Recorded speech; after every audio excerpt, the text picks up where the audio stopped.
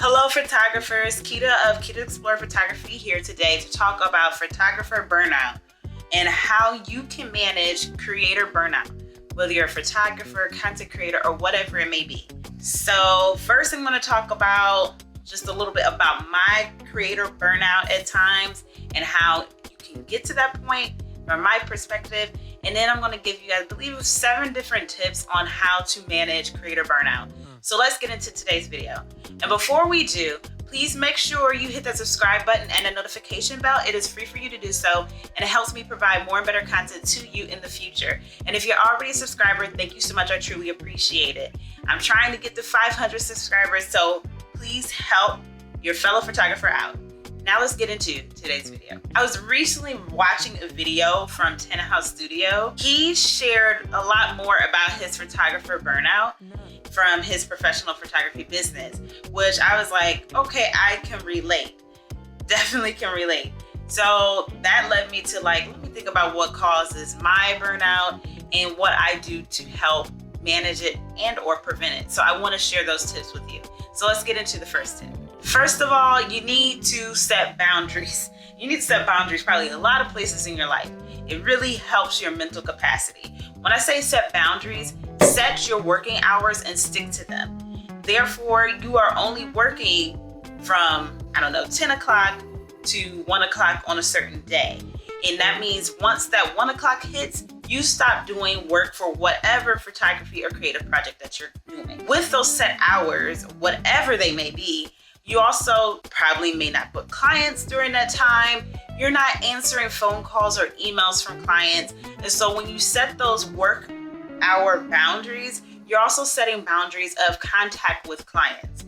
Yes, you may make exceptions to the rule, but you should not be answering emails or phone calls or texts from clients at 1 in the morning when you're trying to sleep. Also with setting boundaries, try to find a designated workspace. Obviously, if you're doing photography work or content creation, yes, you're gonna have to go out in the world and take photos or content at times. When you're at home or in your office or wherever the place may be, when you're doing the editing and looking back over your work, you have your designated workspace. And I say designated workspace is because once you finish working in those working hours, remove yourself from that workspace. That means that space is designated only for your work and nothing else. Because if you're in that space doing other things, it could kind of start to stress you out. And not to mention, if you're in that workspace doing other things, you can potentially pick it back up when you are outside of your working hours. Also, if you have that workspace, that designated workspace, and you live with other people, whether it's roommates, friends, family, whoever it may be, they know that when you're in that space that you're working, and it will train them to stay out of that space and kind of give you a little protection of being in that workspace. The next thing I do to kind of help prevent and manage burnout is to take time off. Definitely take vacation.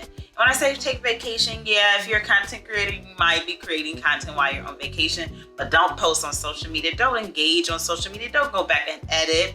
Don't answer emails. Take time off. Just sit back, relax, enjoy the beach, enjoy the pool, enjoy your cocktail, wherever you are, enjoy that moment. Gives you kind of a release of the day-to-day and constantly on the move in your creative work. Also, if you don't have time to take vacation, take some time to just rest. Maybe set a certain day of the week where you're just going to do nothing and take care of yourself.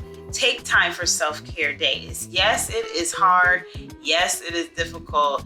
But if you set that time out in advance, it is easier if you have it blocked to actually have those resting moments. Learn how to say no. So if someone approaches you and say, hey, I would love for you to do my newborn photography photos, and newborn photography doesn't fit your fancy, or maybe it's a wedding they want you to photograph, and you're like, I don't want to deal with the bride, I don't want to be there for hours, I don't want to do those type of events. Do not ever say yes to those events because it's going to stress you out. You don't even want to do it. You don't care for it. You don't enjoy it. So it's definitely going to stress you out. It's going to make you frustrated. It's going to give your mind a different sense and make you not enjoy the photography moment. So learn how to say no to those things that's going to cause you stress and cause you, not to do things that you don't like. And when you learn how to say no, it sets a boundary of those things you want to do and those things you don't want to do. And it helps you prevent burnout in that way, where you're not doing so many things because you couldn't say no. Next up, remove things from your life that are no longer serving you. And that means it could be in your life personally and or in your business or in your creative world. When I say remove things that are no longer serving you, say you're looking at your creative business, your photography business, and you've been promoting on Instagram, Facebook, TikTok, Pinterest, YouTube. If you notice that you're using Pinterest and you can't keep up with what's going on in the algorithm on Pinterest, you don't know how to get the reach, you're just annoyed with it, get rid of it. Stop using it as a main platform. Yes, keep your account. You may want to use it personally, but take that out of your content strategy. I did the same thing with my travel page. I have accounts for everything.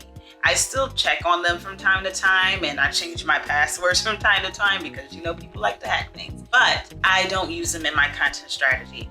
And those two things are Pinterest and TikTok. I'm like, I am not keeping up with the Joneses on TikTok. I go on there, I may post from time to time, but it's not part of my day-to-day strategy.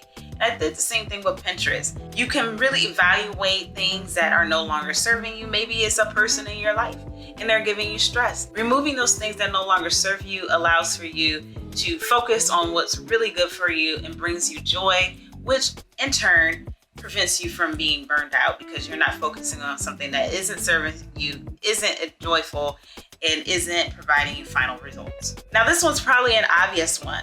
One thing to help with burnout is to delegate and hire help. Obviously, that may not be feasible for some of us out there, but if you're able to hire someone to maybe do some editing from time to time, or maybe someone to manage your social media, whatever it is, hire them. It might not be permanently. It may be something to just get you back on track, or maybe it's for a special project that you budgeted them for. Hire someone so it can just relieve some of the stress and relieve some of the to-dos off of your to-do list, which will in turn prevent you from being stressed out and burned out. And lastly, and most importantly, always put your health first. Social media is always going to be there.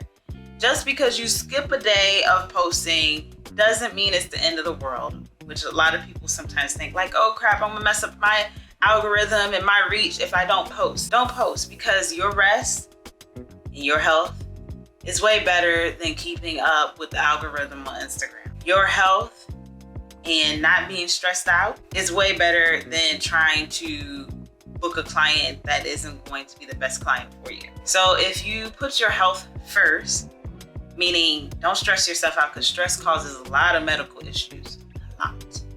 If you learn how to manage your stress and learn how to put that first, you will remove things from your business, your creative work, your life that is causing to increase that stress, which in turn is causing you to have health problems. Okay, so I thought I had 7 tips, but I have 6, I believe. So 6 tips.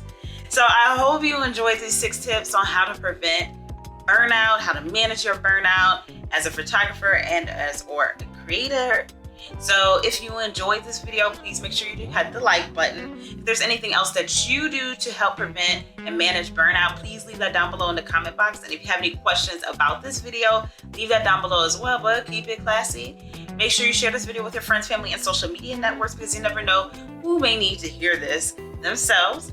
Please make sure you're subscribed and hit that notification bell. It is free for you to do so, and it helps me provide more and better content to you in the future.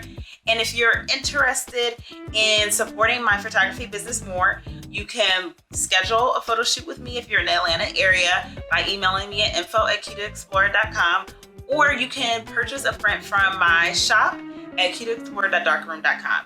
Thank you so much for watching. Have a great day or night wherever in the world you are. Bye.